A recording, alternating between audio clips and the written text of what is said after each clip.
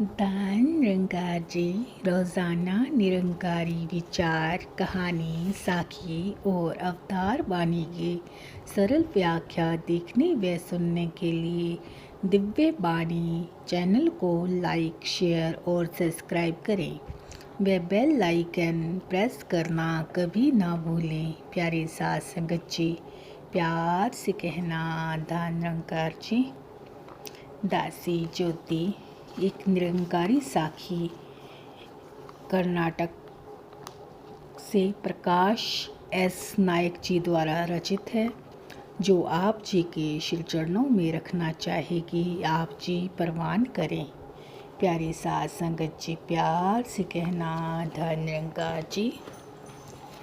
किसी व्यक्ति ने भले ही उच्च शिक्षा न प्राप्त की हो या उसके पास प्राप्त धन न हो, लेकिन अगर वह महान चरित्र का स्वामी है तो उसे संसार में सम्मान अवश्य प्राप्त होता है।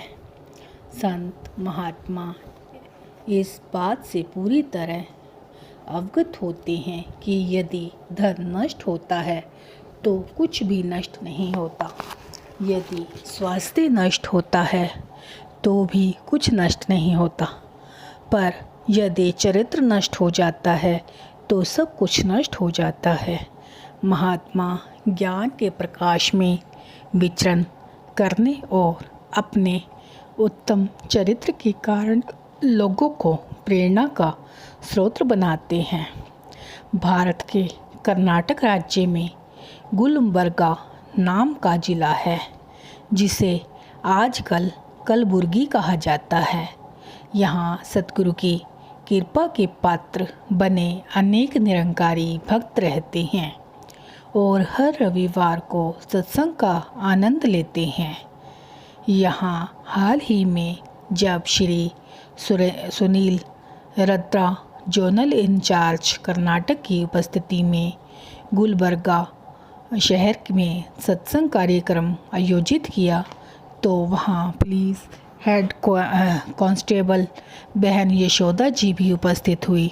सत्संग में आशीर्वाद दे लेने के लिए जब मंच संचालक ने उन्हें आमंत्रित किया तो संगत के भाई बहन उत्सुक होकर देखने लगे। वह बहन पहली बार ही सत्संग में आई हुई थी, यह उसके शब्दों से ही पता चल रहा था। अपने भाव व्यक्त करते हुए जब उन्होंने मिशन के एक सेवादार श्री रघु जी का जिक्र करते हुए कहा कि आजकल लूटपाट, जेब कतरा, चैन चेचिंग आदि आम बातें हो चुकी हैं और यह अछंदित गतिविधियां पुलिस डिपार्टमेंट के लिए भी एक चुनौती बन चुकी हैं, ऐसे हालात में श्री रघु पावर जी को ऑटो रिक्शा चलाते हैं एक दिन अपने हाथ में एक बैग लेकर हमारे पुलिस स्टेशन आए और कहने लगे कि मैडम, भूलवश वह बैग मेरे ऑटो के पैसेंजर छोड़ गए हैं। इसमें 2 कीमती मोबाइल फ़ोन हैं, काफ़ी सारे रुपए हैं और कुछ सोने के गहने भी हैं।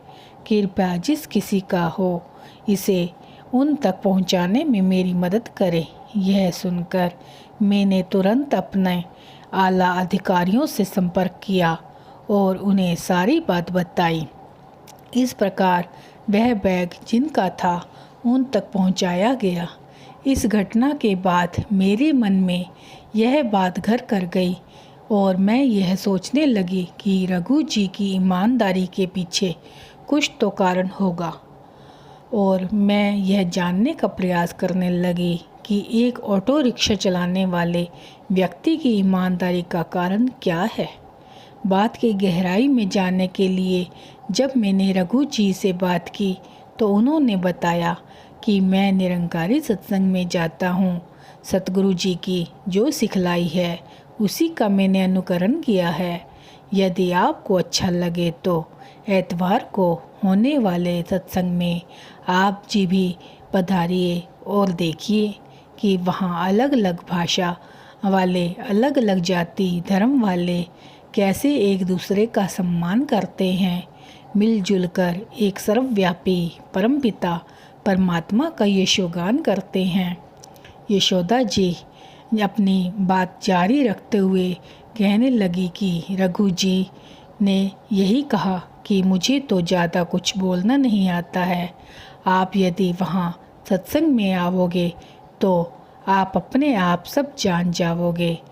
आज इन्हीं के कारण मैं आज आपके सामने खड़ी हूँ। सत्संग के पश्चात गुरु चर्चा हुई तो बड़े प्रसन्नता के साथ उन्होंने कहा कि मैं आती रहूँगी और सत्संग में हिस्सा लूँगी। यह मेरा सौभाग्य है कि ऐसे लोगों के बीच में आने का मौका रघु पावर के कारण मिला है।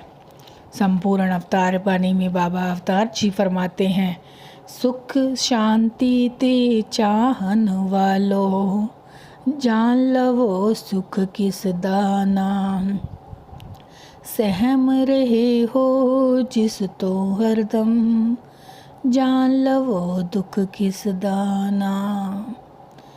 इंसान जीवन में सुख तो चाहता है, लेकिन यदि अपने फर्ज नहीं निभाता, परमात्मा के प्रति शुक्रगुजार नहीं रहता, तो वह इंसान होकर भी इंसान नहीं होता। वह इंसानी शरीर पाकर भी हैवानी वाले कार्य करता है।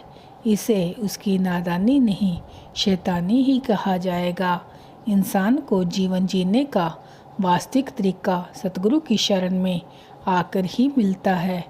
उसे सत्य का दरबार तो मिलता ही है। सच्चाई के रास्ते पर चलते हुए चैन सुकून भरा जीवन जीने का आनंद भी प्राप्त होता है। प्यारी साथ संगत जी, प्यार से कहना, धन निरंकार जी।